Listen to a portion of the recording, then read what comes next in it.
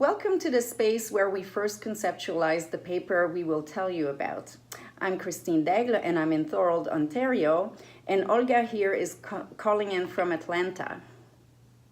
Hi, I'm Olga Cielemecka. I'm a postdoc at the Turku Institute for Advanced Studies at the University of Turku in Finland. I'm in Atlanta right now.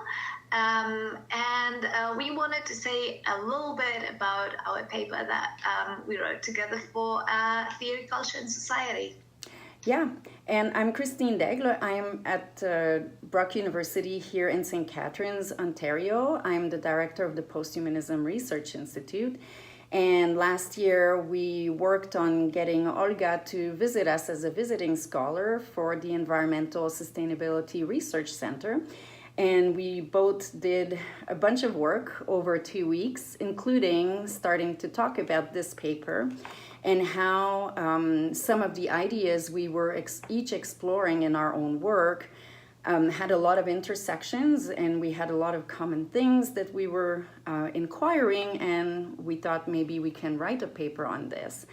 I was working on posthuman vulnerability, reconceptualizing the human, and what kind of implications that has in terms of environmental vulnerability. And as part of all these reflections, I was also very interested in the analogy between coral polyps and human beings. Olga, for her part, was interested in forest thinking and the vibrancy of forests. Right. My background is in philosophy, but I work in environmental humanities and gender studies right now. And in my current project, I write about, a bigger project, I write about the Białowieża forest in Poland. And for me, forests are this very unique and fascinating space that is both inscribed by power relations, but at the same time, it's this space that allows to reimagine ontologies, that allows to look at the non-human forms of life and look at the concepts of collaboration, coexistence, and surviving together.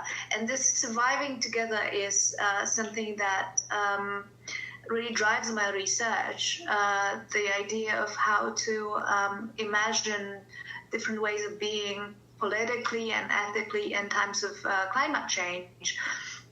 And I think this is where Christine and I came together and wanted to experiment with these different modes of thinking with the non-human, thinking against the anthropocentric paradigm.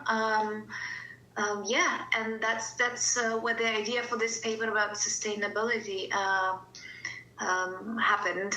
Christine? Yeah, and that led us to examine, analyze, reassess concepts like sustainability itself in a posthuman context, futurity, future generations, sustainability, and how it's been traditionally conceived as sustainability for us as humans and as exceptional beings.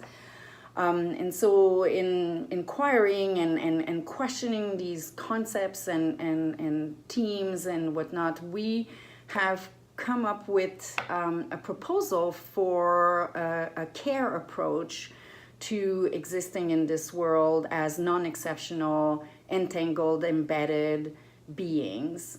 And so I guess we had a lot of fun discussing these ideas and putting them together, and we found that to be challenging, right, Olga?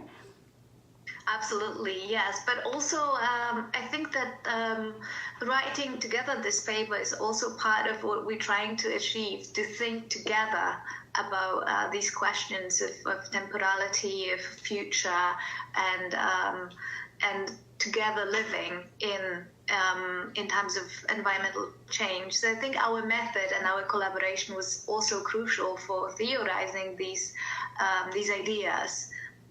Yeah, I agree completely. And so we hope that your reading the paper will be a significant, important mode of engagement for you, thinking with us about these questions. And I'm certainly looking forward to getting feedback on this paper. I'm sure Olga is in the same situation.